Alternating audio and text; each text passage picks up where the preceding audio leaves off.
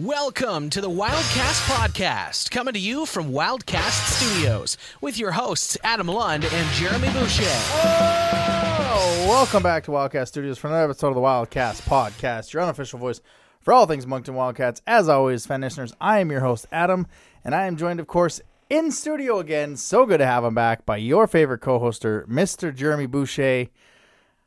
How was your family day weekend? Family day weekend was good. Yep. I went to visit the father-in-law, make sure he was still doing well, following that episode a few weeks ago. Yep. I remember, Adam, about a year ago, I told you about how I went down to visit him and I had KFC for the first time in a long time. Yes. Remember that? Yeah. Well, this time around, I had Taco Bell. For the first time? For the first time in, honestly, probably 20 years. Wow. And Megan, my wife, said I could no longer have Taco Bell. I can imagine because why. it comes back up or, Comes out? comes out as fast as it goes in. She ended up sleeping on the couch last night because my gas was something fierce. You don't say, eh? Oh, man, these steak burrito supreme, absolute pile of crap, man. That tastes Pun intended? like shit. Pun intended? It looks like shit. It tastes like shit. Hashtag and it not a gives you the sponsor. shits. Yes. Yeah. So when was that, Saturday night? That was actually Monday, like on the drive home. Oh. We stopped in Stewiacke at the Taco Bell, and yeah. I usually when we go out, like I don't go to Taco Bell. I just don't want to. So Layla will get that, and yeah, it's not. like, how can that food even exist? I don't know. Like, man, like the gentleman behind me in line, he also said the same thing. He's like, you guys know what to eat here? I was like, man, I've never eaten here before in my life. He's like, me too. Neither am I. He's like, I was just driving by and I saw a sign for Taco Bell and I realized I haven't had Taco Bell in quite a while, so I thought I'd stop in. There's a reason. He's like, do you know what's good? And I was like, I don't know. I got the steak burrito supreme. He's like, okay, I'll get that too. You can hear him like behind me ordering the exact same thing. We just make eye contact with each other in the restaurant eating our burritos. And I was like, who? Not good. Even the server, like the cashier, was like, yeah. He asked the cashier, he's like, what's good here? And she's like, I don't know. I don't eat Taco Bell. Well, when your employees don't eat it. Yeah, when your employees don't eat it, I don't know. Yeah, that's way different than my weekend, I guess. I literally didn't do anything but go to hockey, and well, the Scott Tournament of Hearts is on, so my TV stays on the Scott Tournament of Hearts for 10 straight days. As much as Layla is not a fan of that, obviously, but yeah, it's I'm a big Homan fan, which is weird. Like Ontario, Einerson went with the factory team of putting us like a super team together when she got Val Sweeting from Alberta. And I mean, everybody can kind of do that the way they want, but from around the world, because people need to know the truth. Enjoy. That's right. We have breaking news, and people. So I tweeted the eyes emoji on Twitter. Oh. I just wanted to have some fun with an actual horn, and it's a lot of different horns on there. But no, I didn't know how to break into it, so I wanted to break into it. So the eye emojis, the Wildcast Studios is moving.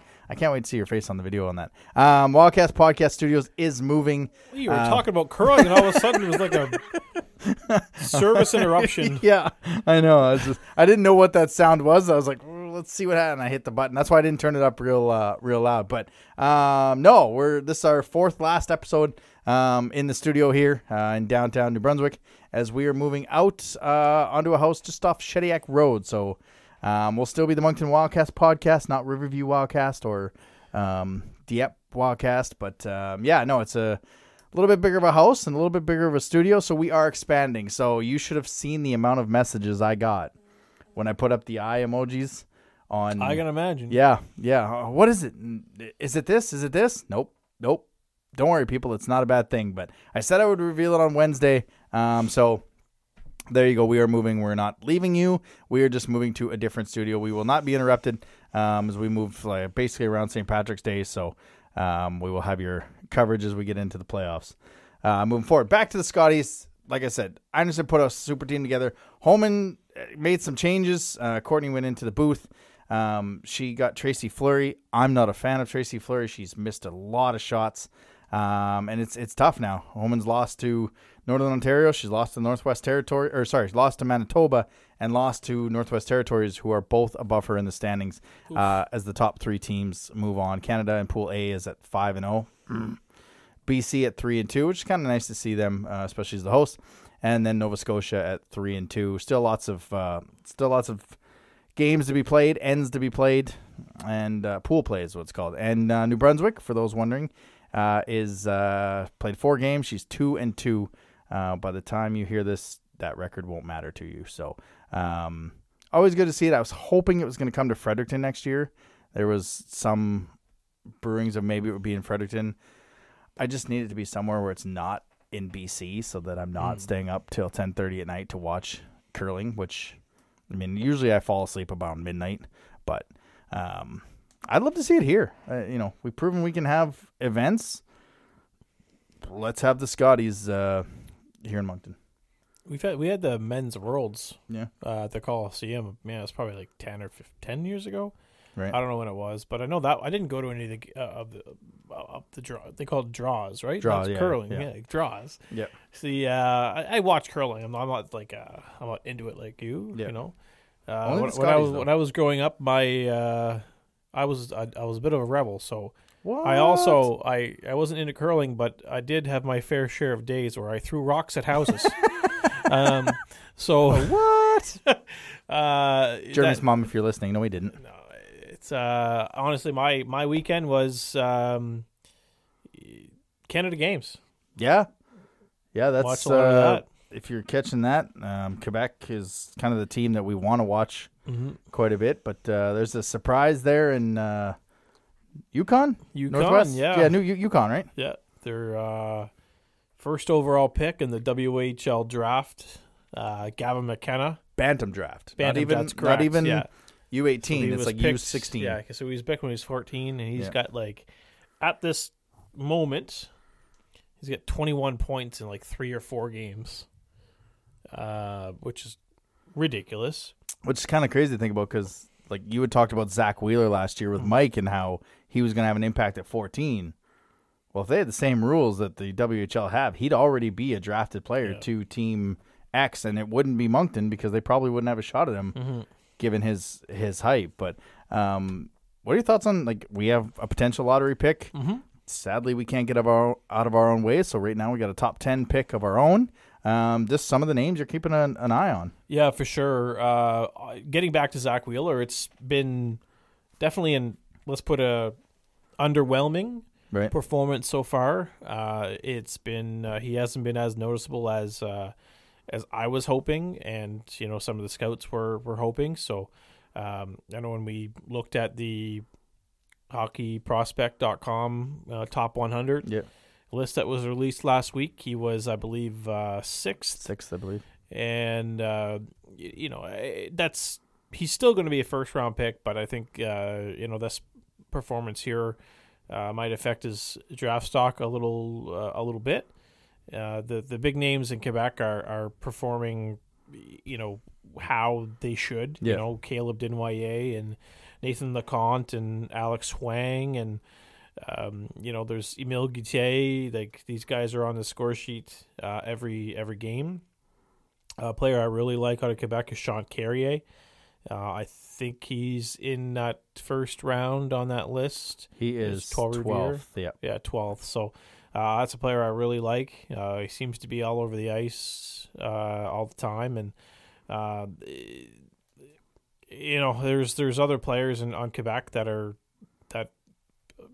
I think we've got a pretty good shot at. Yep. If ideally, if we have 3 first-round picks, I think you take a player per position. Forward, defenseman, goalie. That's the track record given goaltenders. The staff behind the bench would have to change, and there'd have to be a monumental organizational shift to take a goalie in the first round. And I know the guy you're talking about, and I wouldn't want to see another Lavallee, because at the time that we're going to be drafting a goaltender, we've got maybe a year of contention if things go right, and then a Memorial Cup year, and then if he's not playing because you're trying to win games, like that's the only thing that scares me. I guess it depends, But I've seen one game and he looked really good and he moved well and he played well in yeah, that one game. Honestly, we're talking about Lassell here, and William Lassell, I think his first name is 8th ranked player according to Hockey Prospect. And that first game against, I'm not sure it was Manitoba or Saskatchewan. Manitoba. Yeah, I found he didn't even have a good game. That was, to me, that was a down game for him. So he's capable of a lot more, and because his numbers are lights out at the U18 level. They're right up there with Gabriel Daggs last year. Yeah. As William Lassell is also he's got a late birthday just like Gabriel Daggs, so it's this guy won't be eligible to get drafted until 2026. Yeah. So that's crazy. Yeah, there's time, and there's a lot of time for him to develop, and he's been impressive. Even their other goalie, Meloche, has been good. I think one player on New Brunswick that's really caught my eye is a little guy out of Northern Moose, Jackson Shattuck. Yes. I think he's 5'4" or 5'5", but man, he plays a lot bigger than he is, and he's going to be one of those guys that you could probably grab in one of the later rounds. Don't know if he'll ever make the team, but he's a guy that he's probably got junior A kind of written on him. But if he keeps playing bigger for his size, honestly, you could probably get him into a lineup in the queue. He's just that kind of a spark plug, kind of Energizer Bunny guy, and he's got kind of an offensive side of his game too, so he could pitch in offensively, or he could be a pretty a reliable third line player. Yeah, I was trying to find the schedule, as in the first round, once the NBU or PEI U18 gets going again. It will be Moncton and Northern Moose. There it is. Tuesday the 28th is here in Moncton. Saturday, March 4th is here in Moncton. And then if it has to go more than that, Tuesday, March 7th. So a player you'll get to see in live a couple times if you're into watching some playoff hockey, which who doesn't love playoff hockey, right? That's right. All right, let's get to news and notes from around the cube. News and notes from around the queue. And don't to forget, as always, you can like us on our social medias, Twitter, Moncton Wildcast, Instagram, Wildcast Podcast, and TikTok, Wildcast Podcast. Some big news out of Halifax. They announced they have been sold. Shares have been sold, like the full team, like it was all shares. He owned the whole thing, or did he own? Well, Bobby Smith was majority owner. Majority, okay. Yeah. I wasn't sure if he owned the whole team or if he just sold like majority of shares. So Bobby Smith has owned the team since 2003. Sold to Sam Simon of Simon Holding Groups out of Michigan. There's no worry here, right? Well, if you watch the, you can easily make a joke here, and this is all joke. But remember the Danbury Trashers? You watch that Netflix documentary? I did watch that Netflix, where the rich guy buys a hockey team for his son. Yeah. Well, the Halifax Mooseheads will now be known as the Danbury Trashers. I did, yeah. But I don't see a concern for it. It's not like they're gonna pack up and move this team. It's not like they're buying Bathurst or a team that's been struggling in past. And what do you do? Move to Michigan and you're in the OHL? Like, can they even do that? I don't like. I'm not concerned. The only, if anything, there's just going to be an absent owner of the Mooseheads because he's not going to be at every game. I don't think his family's going to move to Nova Scotia. honestly, I didn't see it coming. It was unexpected. I know Mavs teased it on the Eastlink broadcast of the game on Monday. Oh, really? And yeah, I kind of overheard that, and I didn't think it was something like this. I thought maybe a new rink or what. Yeah, but well, it's to me, it's not. The way they built it up was that it's monumental. It's historic. It's this and that. which is why I tweeted from our account that the way they're building it up, it sounded like a new rink because they've been in that rink since day one, right? Mm-hmm. So I was like, well, this a new rink, but then you're thinking, well, they're not going to take them out of the downtown core. They can't exactly rip that building down and build a new one. So, and then that was about an hour before. So as you started to get closer to it, things started to leak out that it was what it was. I did find it funny how everyone thought it was going to be the draft, even though the Q League has literally advertised the draft in Sherbrooke for about 4.5 months now. And that's not Historic. No, It's, they already changed the jersey. They weren't changing the name. So, I mean, it can't be a bad thing when you have even as much as we hate Halifax rivalry-wise, that's been a stable marquee franchise, and I don't see any rumblings or think anything if I think Halifax Mooseheads that they'd be struggling ownership-wise. So I think this was just I've had a good run. If somebody can bring a fair offer, I'm open to it, and this is nothing but good things for Halifax. Maybe to do some renos on that arena with a budget or whatever they want to do with it. At least it's a stable ownership group coming into, say what you will, a marquee franchise in the CHL. Well, that's exactly it. It's just it didn't really. They blew it up. They tried to make this bigger than it was, and even some of the Halifax fans are saying that it was underwhelming. It wasn't something that they found to be historic or anything like that. And they're one of the best organizations in the league. They're not going to be leaving. They're not going to be moving. They're not going to be folding. I think you'd have this would have to have league approval, and if you're anywhere in the ballpark of moving this franchise, I think the league would be like, well, no, not a chance. Yeah, they've been too successful, and they develop players well, get the best out of their players, and they seem to be up there every 3 or 4 years. So there's not going to be any sort of movement of the Mooseheads. They're in Halifax, I think, for good. Yeah, they're like they will eventually need to get a new arena because that is getting outdated, but that's probably another 10 years down the road.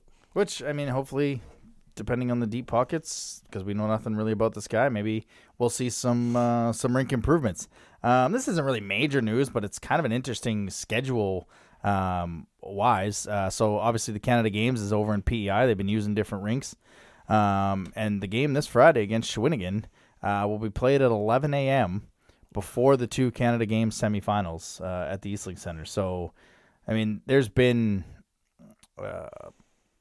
school day games and stuff like that, and PEI will be on March break, so that helps. It's not just a random 11 a.m. game when most people are working. But, look, it's making the best of the schedule. I was a little I thought if the games are Saturday, Sunday, maybe they'd play, or Friday and Sunday the final, maybe they'd interject Charlottetown against Shawinigan on the Saturday night because it is a President Cup rematch. But look, they're having this when kids are off school, and they've got a promotion for 77% off tickets. I believe the code is like Topo, which is isn't there one of their players, Topolnitsky? Yeah, I think something like that. So it's Topo, 77% off tickets to get people to come to this game at 11. A little bit of an interesting schedule wrinkle. I don't know if I would go if I had the ability to go at 11 a.m. And then, like Kieran Glenn said, I haven't played a game at 11 o'clock since I was a kid. So I believe that's Shawinigan's first game of the road trip. Yeah, 11 a.m. and then they come in Saturday. Oh, no, we got them Sunday. So a little bit different for getting off the bus and probably get here maybe Wednesday night, Thursday, and have to play at 11 a.m. For creatures of habit, that'll definitely throw them out throw maybe a little bit of wrinkle in there. And as I said, a President Cup rematch no longer, as we now have a new name for the league championship. I think it was reported. It might have been the worst kept secret. But the logo did come out now for the President Cup, which thank goodness. Because I always got President Cup and President's Cup in golf always mixed up, so I probably tweeted it wrong many, many times. It is now the Gilles Courteau Trophy, the GC Cup, as I quickly called it before we went on, but it is the Gilles Courteau Trophy. Your team of the week, well, when you come through the Maritimes and play Moncton, St. John, and the Islanders, you're going to have a good week. Joshua Waugh, 3 games, 6 goals, 4 assists, +9. Alexis Gendron of Gatineau, 2 games, 7 goals, no assists. Zachary Bolduc of Quebec, 3 games, 7 goals, 2 assists. David Spacek? No, JR. Spacek. The Phoenix on defense, 3 games, 0 goals, 5 assists. Jeremy Langlois, 3 games, 1 goal, 4 assists. And Olivier Adam for Sherbrooke, 2 games, 9.1 save percentage, and a 2 goals against average. Remember that time when we kind of questioned that deal and we said you just had to be good? Mm-hmm. Well, it helps when your team only gives up 2 shots in the first period. Yeah, you just got to be good. How does somebody from Halifax make that team of the week? Probably because I will bet it started on. Oh, maybe I don't know. They'll probably be all. It'll be all Halifax this week. Yeah. Maybe it depends when the cutoff is. If it's like Saturdays, then that might be why. Okay. But yeah, I would imagine they'll be on there. And then your player of the week was Joshua Waugh. Like I said, that. From everything we reported and saw him play in St. John, and just a complete different player, and just a complete player. And we'll get to it in the recap, but I kind of found something. I giggled to myself when we played 4-on-4 against this. So let's get to the Jeremy Boucher Wildcast podcast team of the week. Oh, yeah. And then we'll get to the quick question that I forgot to ask you. Oh, that's right. Okay, where are we going here? Starting on the forwards. We got a full team, power play. Yeah, we got a full team here. Okay. Forwards, we're going with Chicoutimi Alexis Morin. 4 goals in 2 games. Those 2 games against Val-d'Or. 4 goals. 4 goals. Yeah, not bad. So, yeah, thank you. Next up we have is Tristan Allard of Rouyn-Noranda. He's now a 20-goal scorer for the first time in his career. Very well done. Also accomplished that in his 150th career game. Nice. And did they recognize him on his 150th game or his 151st? Oh, well, Speaking of that, third forward is Charles Baudouin, who now has played 252 games. Career games. The 250th game was against Charlottetown, and they decided to honor him on his 251st. Yeah. So good job. Yeah. Very well done. My favorite part is they tweeted during his 250th game, Charles Baudouin, in his 250th game, something had playing well or whatever, but they acknowledged the tweet, and then the next day, they literally announced, playing in his 250th game. I was like, that's not even real. Now it's 251. Yeah. On defense, Romain Rodzinski. Ooh. Only because he has a great name. That is a great name, Romain. Yeah, Romain. And also on defense is Simon Malte of Rimouski, the rare Q player from Moncton to have not played in the Bantam or Midget teams in this area. Oh, wow. Yeah. Played for the Ontario Hockey Academy and then played at Rothsay Netherwood. Huh. So never played. I think the last time he played at Moncton was Pee Wee. Wow. Yeah. That's rather impressive. In goal, because of how he was treated over the weekend, Vincent Filion. Nice. Yeah. Yeah, we got thoughts coming up on that later. We do. That's going to be later. Yeah. But for how he was treated on Sunday and Monday. and Monday. Yeah, more so Sunday. More so Sunday. Oh, that's a good team of the He's week. my goalie. Yeah. And maybe this team of the week will be the vote of confidence that he needs. Absolutely. All right, before we get to the quick question we forgot about, let's go to this one. Val-d'Or report. Well, they didn't get any help on last week with St. John. No, they did not. They went out and Val-d'Or defeated Cape Breton, I believe, on last Wednesday night. Thanks a lot, Eagles. Mm-hmm. And then they went down to both games to Chicoutimi. Yeah. So, which was really a no-win situation for us. It was not a win at all. It was a terrible situation. Like if Val-d'Or, if you're gonna lose, St. John, you need to win. Yes. Like there's no point Val-d'Or losing if St. John's gonna win. Well, that's it. They go and lose both games to Charlottetown. Yeah. This week Val-d'Or's got we said Blainville, we said Drummondville, and Sherbrooke. Yeah, they got Blaine. What do they got? They got Blainville tomorrow at home, and then Saturday, Sunday they've got Saturday they got Drummondville, and Sunday they've got Sherbrooke. So that's at least 2 losses in there. Hopefully, that's what we hope. And then St. John's got Moncton on Thursday, and back-to-back Cape Breton games on Saturday, Sunday. We should let them win on Thursday. No, just pull the goalie. Run six players. Imagine all night just to get that. There's no tanking in the league. Quick question I forgot to ask you, and it's been floated around after the River Series, I believe they call it, between Gatineau and Ottawa, which makes it a lot easier because, as I've been told many times, it is basically just a Moncton to Riverview type drive for Gatineau to Ottawa. I think I know your answer to this, but if the CHL had a week where they went interleague, where teams flew or bust if they were close enough to somewhere one year, and then that next year that team traveled as well, and even if 2 teams were going out to Alberta or wherever, they could travel together. But if they hosted or traveled a team, which OHL or WHL team would you want to see play in Moncton? Oh, okay. And I think I know your answer. Well, I'll start with the WHL. I'd like to see the Calgary Hitmen. Okay. Just because Hitmen, wrestling fan. Yep. Yeah. I've always been a Hitman fan for, I guess, ever since they came into the league. Yep. I got a Hitman jersey upstairs. There you go. And OHL, Barrie Colts, right? It's pretty obvious. With my close relationship to that organization, I would love to see someday the Wildcats face off against the Barrie Colts. I know if it ever happens, it's going to be the Memorial Cup, and I'll still be. I'll cheer for Moncton, but if Barrie wins, it's gonna be Barrie. But it's good. That's for me. If that were to ever happen, I'd love to see it. I mean, we went to Kitchener for a training camp one year, so why can't that was not a good training camp. No, that was our first year of the 3 of us in existence, and that was not a. I mean, it was cool, but it would be. Who do we play? North Bay, Kitchener, Saginaw.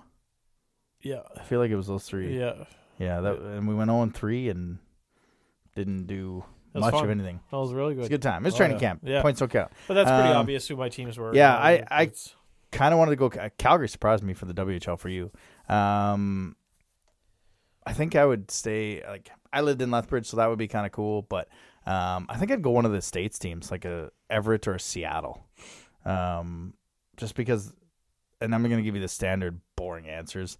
They've just been so good for so long, and they continue to always be a good team. I think just seeing an American team play, because I've never seen an American team play in the Q.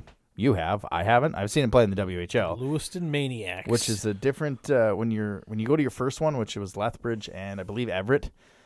I got there, get ready for the anthem. Oh, shit, it's the American anthem. Oh, yeah, we play the American anthem.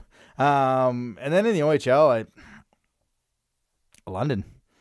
I mean, they're always good all the time. You'd have that built-in, I wouldn't say built-in hate like Halifax rival-wise, but London is just the marquee CHL franchise that continues to pump out. They're the Halifax of the OHL, really, for most teams in the OHL. So I think those 2 teams are would be draws here in Moncton. I don't know if it'll ever be a thing, unless, like Will said on the latest podcast with Jamie, the new CHL commissioner with the new Quebec Major Junior League commissioner, they kind of put something together here.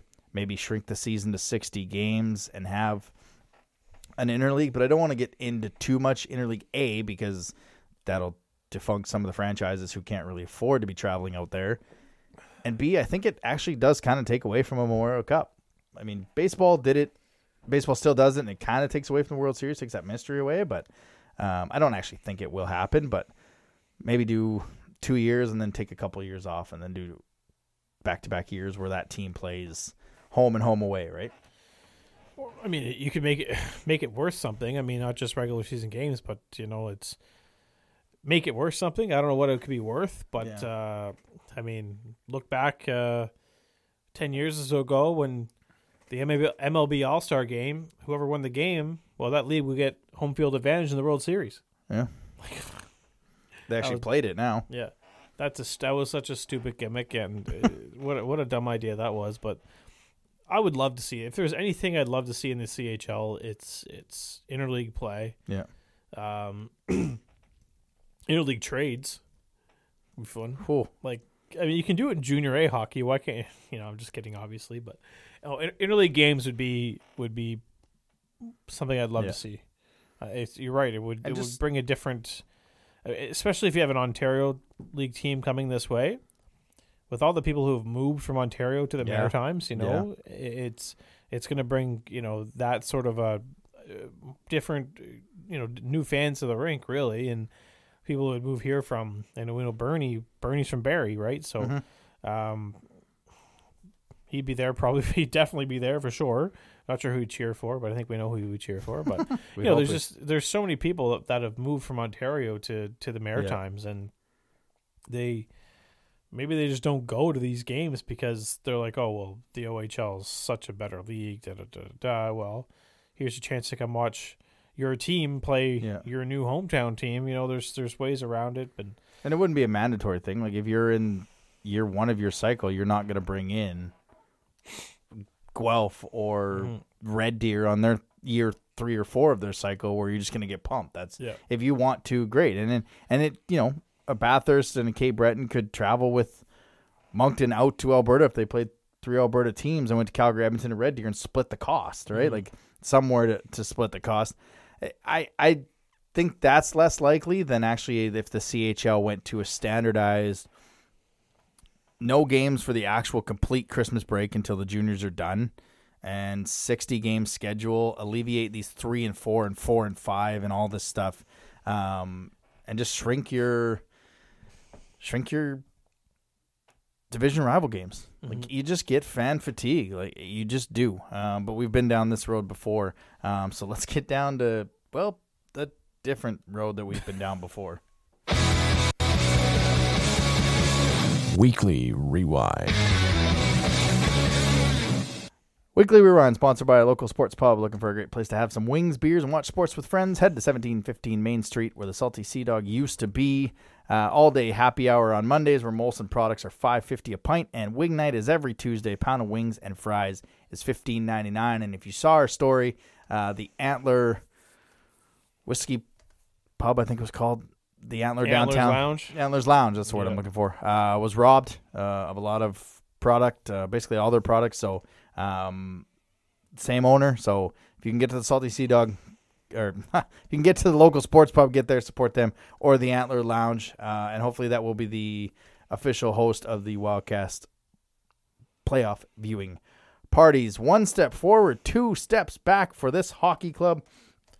As we won 2 of 3 last week, and then we lost 3 of 4 this week, bringing our record to 25, 26, 1 and 2 for 53 points. Second in the Maritimes, tied for 5th in the conference with Baie-Comeau, 8 points behind Rimouski, 7 points behind Chicoutimi. Hey Jeremy, if I told you after 53 games the Wildcats would be 24 and 20 or 25 and 26 or whatever we are, you would say how many in-man games lost to injury have we had? And I would leave it at that. Yeah, there would be a lot that I'd have to say, and because I remember that episode, I remember saying that we would battle Halifax for the division until the last weekend, and we're 30 points behind them. Pretty much over. It's pretty much over. Actually, I think their win on Monday gave them the division title. Was it? If that one didn't, I'm just gonna go check. They haven't celebrated anything on social media yet, which is shocking. Yeah, especially if they're gonna do it against Moncton. Yeah, No, I would have thought you were crazy. I would have thought that this team was riddled with injuries and we were losing guys left and right. And no, I didn't see this coming. I didn't see it at all. It's it's the point where we're only 5 points ahead of Charlottetown right now, or something like that. Yeah, we should be 20 points ahead of Charlottetown right now. It's just not a pleasant time to be a Wildcats fan. Or a Wildcats podcast. It's a lot of hey, it's not as bad as 17 in a row, but it's a lot of Lord. a lot of sour grapes going on right now, and well, let's start with good news. Thursday, they got a 4-0 shutout. Let's start with a win. Yeah. Second 3 games for Steinman. So, I mean, that was probably as good as I've seen them play in 2023. Mm-hmm. They were disciplined. The power play was good. When they're disciplined, they have a chance. They moved to 9-0 at home when leading after 40 minutes and 18-1, which is mind-boggling when they're 25-26. And then Saturday, 6-2 loss to the Phoenix, and I think we can both be honest. We did not expect 2 points out of this one, but I didn't hate the effort. They only had 2 shots in the first period.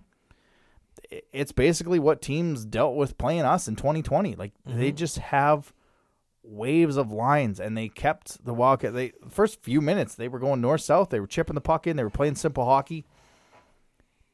But Sherbrooke is just so good and so experienced and so veteran that they just kept us to the outside, and a 6-2 loss. But I didn't, in the games that were expected to lose, like these ones, I didn't have a problem with it. And these games, you have to be absolutely perfect in every instance. You have to get bounces. We didn't get either of those. The on-ice didn't matter as much as what bothered me off the ice with the Saturday night theme night. Oh, yes. Yeah. That was, it was Pride Night, and there was nothing that made it zero. Zero mention. That made it feel like Pride Night. So that was a huge miss on the organization's part. To me, it almost felt like they were almost pressured, coerced into having one, because it's being done all throughout the CHL, and you're seeing St. John have this all for one festival, with performances and this and that. It almost felt like they felt pressured into having a Pride Night to feel like that they were a progressive organization, and I think we can all agree that if they were a progressive organization, they would have had a Pride Night at some point, long before Saturday night, and they'd have planned for it. Yeah, because they had, I can't remember who the sponsor was, but if you're having that, you plan to have an LGBTQ group from Moncton somewhere in that building. Mm-hmm. The only thing that the social media team did was they had the game day in flag, clipped into the flag, and the very bottom banner on the 4-2 or 6-2 loss. Mm-hmm. Nothing in between the game. Nothing was shown on their social media wise other than some sticks. It just, if I were a youth that was struggling with the decision, or I was an LGBTQ person, I would have zero thought that the Wildcats were including me in that game. Mm-hmm. Zero. There was more, as Dave McKnight put on Twitter, there was more mention of Sunday Fun Day, which they have every Sunday, than there was Pride Night. They had some drink for $15, some pink drink. Look, Ren-Noranda sounded good. Yeah, it did actually. It didn't help that St. John was having the All for One festival with, Elton John and Lady Gaga impersonators and making people feel included. Yeah. Ren-Noranda wore, a lot of teams wear warm-up jerseys, and I knew Moncton wasn't going to because they were putting this thing at the end, but Ren-Noranda wore jerseys during the hockey game. Like their official game jersey was an LGBT. Like, it just, there was nothing there. It felt like, oh, we're doing a Pride night, but everything else is. The only thing they had was colored lights in the intermissions, but it was just, it honestly felt like it was one and done. Like, I don't think they'll do it next year. I hope I'm wrong, and I hope they plan to do this properly, but it felt like we did it on the surface, and we did it just so we could say we did it. Yeah, 100%. You know, that's just the mindset I think right now is. I think a lot of people feel that way too. Like there were comments I was reading, and people were just saying, but it didn't feel like Pride Night. It felt like a regular Saturday night. There was no acknowledgement. There was no recognition. There was nothing like that. It was just a regular hockey game. And that's been a theme with this team and theme nights, retro night, and all these different nights. Other than the pink night for the jersey, like the breast cancer for the jerseys, they don't ever have a different style jersey.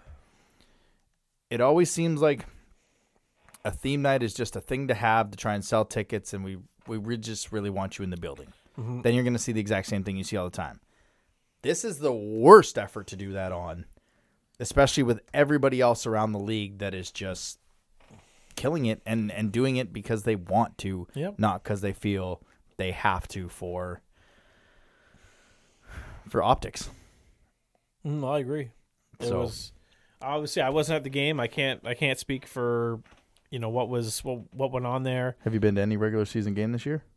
Yeah, there it is. So basically, you've same. been yeah. Nothing on the board, nothing anywhere. Like go back and look at their Instagram, like their stories. Like they couldn't even color the colors on the shots and the goals. Couldn't even change the colors. That's that's the simplest thing you could do. That's a shame. It was not great. Well, then Sunday didn't even get any better. We're going to lump these two things together. An 11-3 loss on Sunday, a 4-2 loss on Monday. We try not to talk about the kids on the ice, 100%. I don't know. I couldn't do the post game because I was so white hot that you would leave a goaltender in for 10 goals. You Patrick Wadham. Mm-hmm. And I know that I've talked about pulling the one goaltender and you don't pull the other goaltender, and maybe that got lost in translation. I'm not saying pull Steinman every time there's 5 goals.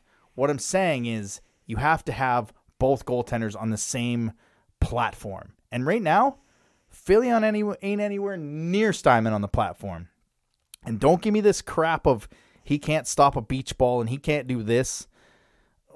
It takes the guys in front of him. And don't give me the crap. Well, they wanted him to find his game and they left him in because we were playing at 2 o'clock on Monday.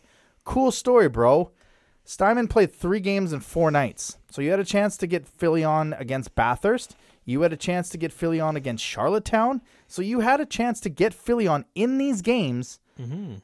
Bathurst was a complete winnable game for Filion and his confidence. Charlottetown, probably a winnable game for Filion and his confidence. The problem is they keep going to Steinman because they need wins. And Filion is a better man than I am, because I'd have walked down that room, I'd have taken my gear off, I'd have gone home, and I probably would have been sick on Sunday. I almost thought that happened because he wasn't on the bench. Yeah. He was missing from the bench for the first 6 or 7 minutes. 6 or 7 minutes going into what, third? Yep. This game was embarrassing. It was embarrassing. It was on home ice. To get your shit kicked on home ice is far worse than getting shit kicked on the road. Yeah. There were fans building. There were fans leaving after the second period or during the second period. 5,300 people. Yeah. And it at one point in the second period, it was 7 goals on 9 shots to get the 10th goal in. They're great. Where was dangerous shot chances? 27 were dangerous shots of 38. Give me a goaltender in the QMJHL that stops 27 dangerous. So that's basically in front of the net. Mm-hmm. They took 3 minor penalties in a row. That's not going to help your goaltending. Now, that's some of the penalties were so whatever, and it just compounded. But it just, again, he gets pulled, and the non-common Wildcat fan that isn't paying attention to our show, which he should, or isn't going to a lot of games, sees him get pulled and sees Loshing score just like that. Mm-hmm. Oh, well, they pulled the goalie. Boom, the team woke up. It just, I had whatever I had left for the coach, I'm done. Like, get ready, fans. This is going to be a bumpy ride to the end. This isn't going to be smooth sailing. Now, Filion came in on Sunday at the start of the second period, which I missed at the start of the period. Marty missed, which, I mean, you look down, the goalies kind of have similar gear. You might miss that. It was 3-0 when Filion came in, and he stopped 13 of 14 shots, and the only one that beat him, there was 4 dudes in front of him, so I don't think he saw it. Mm-hmm. I'm glad you put him on your team of the week, because I would have left, but the fact that he didn't, and he showed up on Monday, and when his number was called upon, he stood tall, showed so much character for this kid that I so wanted the Wildcats to get this W. And I know that Steinman had an injury. We don't know what it is because he wasn't on the bench for the final 2 periods, and that's obviously why Filion was in. It didn't matter. The fact that he came back, stopped 13 of 14, I had so much love for this goaltender and in his character that he showed coming back resilient. Again, I didn't watch most of the game, so I can't really comment. But from what I gather is he did perform very well, and I'm with you, man. I would have grabbed my gear out of that dressing room and packed it in the car and said see you later and deal with it. Yeah. No, the fact that he came back to work, the next day says a lot about him. And I was like, call up Eli James. You're getting a backup role. Yeah. At this point, you never know what's going to happen with this team. But I've brushed my teeth and then drank orange juice and felt better than after that game on Sunday. I mean, like it was. At least on the road, you can turn it off. At least on the road, you can turn it off. Exactly, and I think that's what a lot of people did. Is they're like, screw this, and they left, and it was. Place was empty after the second period. The people that remained were there for the 50-50. Yeah, and that's it. They're there with the 50-50, and that's probably why they... When did they draw the ticket? 2 minutes left in the game? 4. Oh, my God.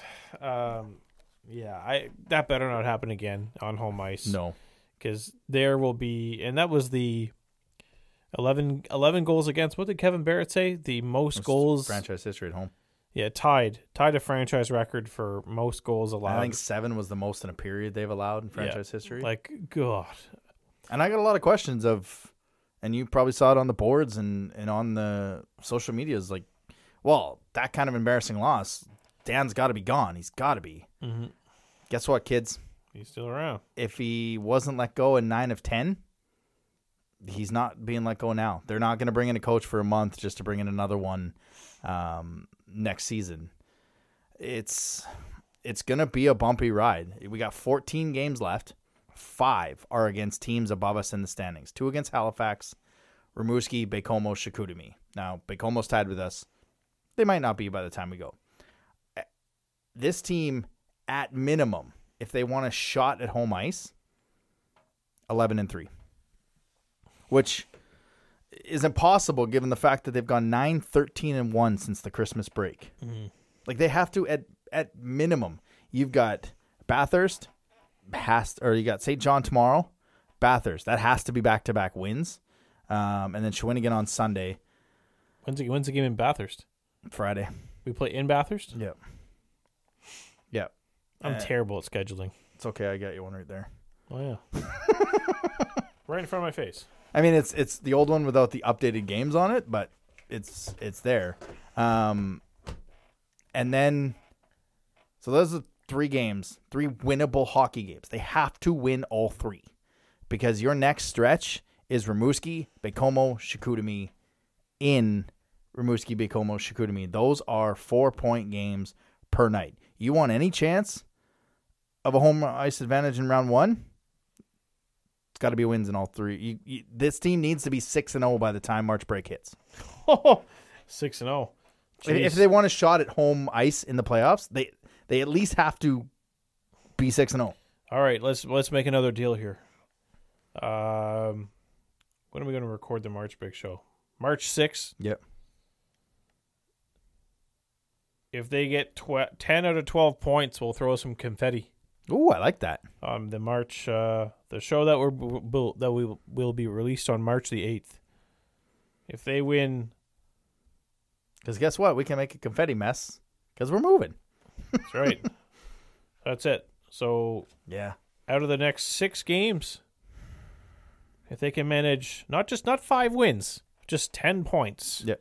That's what they need. 10 points. 10 points in the next 6 games.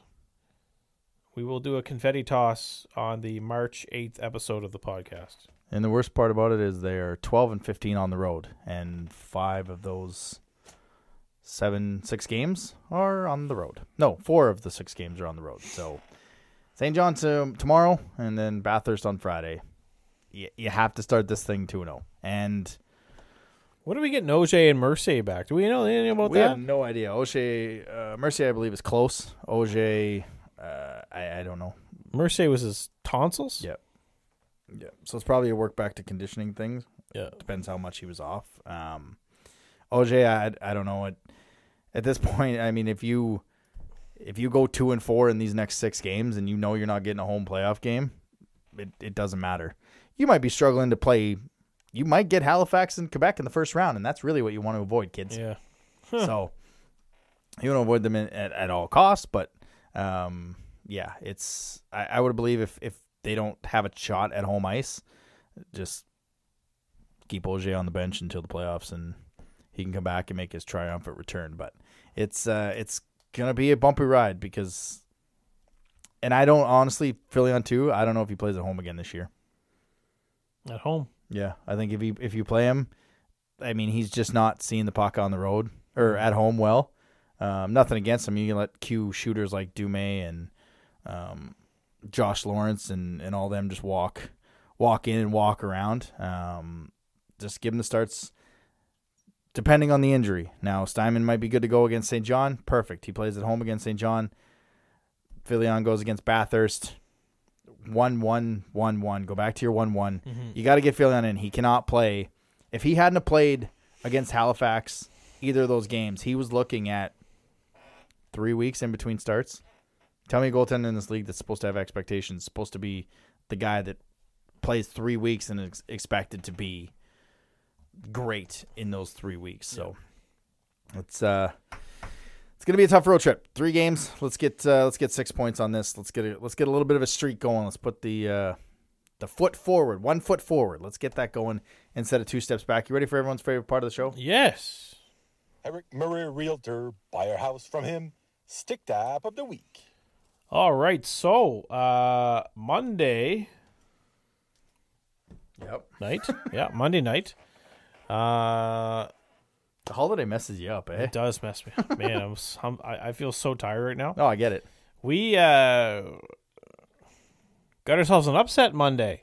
We did. The U to M, the Zagla Bleu, who were I believe the 6th ranked team in the AUS. 1, 2, 3, 4, 5, 6. Yeah, the 6th ranked team in the AUS. Well, the thing about these U sports is they're 3-game series in the playoffs. And so what they managed to do is they managed to go into Charlottetown against the UPEI Panthers. Game 1 and win game 1. Lost game 2 on home ice. And then in double overtime, Monday evening, upset the UPEI Panthers to advance to the next round against, the juggernaut of UNB. But to make it to get it out of that UPEI series is a pretty big accomplishment. So stick tap to the Zagla Bleu. It's only going to get tougher. Yeah. But no, they basically got the UPEI's got the St. John Sea Dogs treatment now. Yep. Since they're off until Nationals, which is being hosted by UPEI. What a good dang it, I broke my pen. What a good year for Prince Edward Island. Not Canada bad. Games, and Yeah. they get the U Sports National Hockey. They're doing pretty good. And so that was, I mean, see the goal? Yes. What a nice goal, man. Yeah, double overtime. If you want a goal, you want something nice. You don't want that chintzy, Yeah. controversy. No controversy at all. 1-on-2. It was and Remy. It was it wasn't Remy. Olivier Luc Cachet. Luke Hache. I think so. No, Remy won this. Remy Engelhart won the Subway thing. That's why I thought it was him. Yeah, so Olivier Luc Cachet, former Ross Netherhood product. Turning them out. Yeah, not bad. And that was, I don't watch a lot of U Sports, but anytime you can see an upset unfold, it's always fun. Yeah, so, I mean, up against UNB, good luck, I guess. You're in tough, but You just got to win one on the road. That's it. You just got to win well, one. is it still a best of 3? No, it's best of 5 now. Best of 5 now. Yeah, so there maybe we'll see. I mean, they go in and get that first win, go 1-0 in the series. Anything can happen.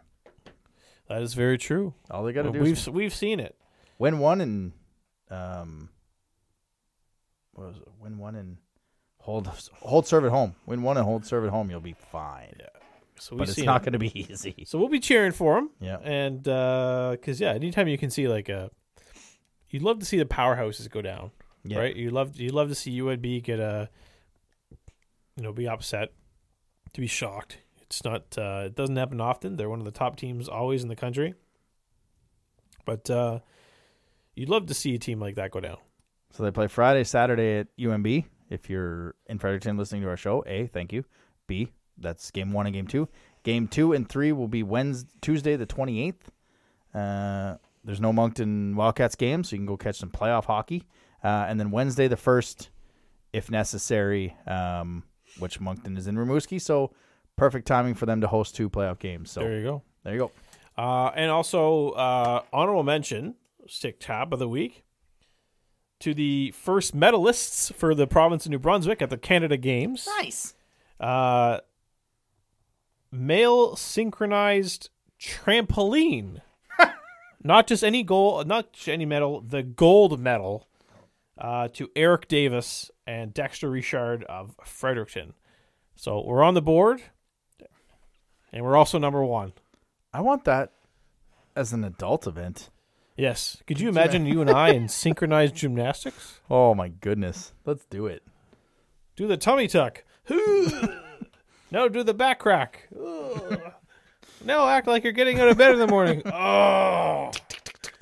Yeah. Just sitting here, I'm stretching a few times if you've watched on the show over the past year. But good, we're on the board with the gold medal. There you go. It's always good. And it's not going to happen in hockey. So nope. But hopefully we get another one in girls karate. karate, yes. Karate is Emily Stewart. Yeah, that's right. Friends of the show, Tanny Stewart, and I can never remember his Jason. That's what it is. Yeah. So we Hopefully she gets a medal, brings something home. karate. Yeah, I don't want adult karate. Get my ass kicked. I want Canada Games, but like burger eating or poutine eating. It'd be a Canada fun. Games. Imagine a Olympic style show where it's Olympic athletes but it's for regular people. So regular people do the Olympic or the Canada Games after the. Did you see? Speaking of Canada Games, it's not all on PI, but the speed skating is in Halifax and it's outdoors at the Oval downtown by the. Really? It's in Halifax? Yeah. It was on the news yesterday as we were packing up, and it's like weather concerns. No shit. That's it's outside in February in Halifax. But yeah, they had to, just quickly before they went to the show, they had a team skating and training. I'm like, I don't think that's necessarily a good thing if it's seasonally warm on that day. You're giving her all you got, and Yeah. Oh, I didn't know that. Yeah. That seems weird. which, I mean, if it holds out and the event goes well, it's kind of cool to see outdoor speed skating. The Stick Tap of the Week, sponsored by Eric Murray Real Estate with the RE/MAX Avante team. If you're looking to buy or sell a home in the Greater Moncton or surrounding area, make sure to check him out on social media or give him a call at 506-863-8802.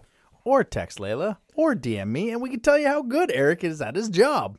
Because we bought a house with Eric Murray. Oh, did you? Oh, yeah. Yeah, he's been our realtor since he started sponsoring the show.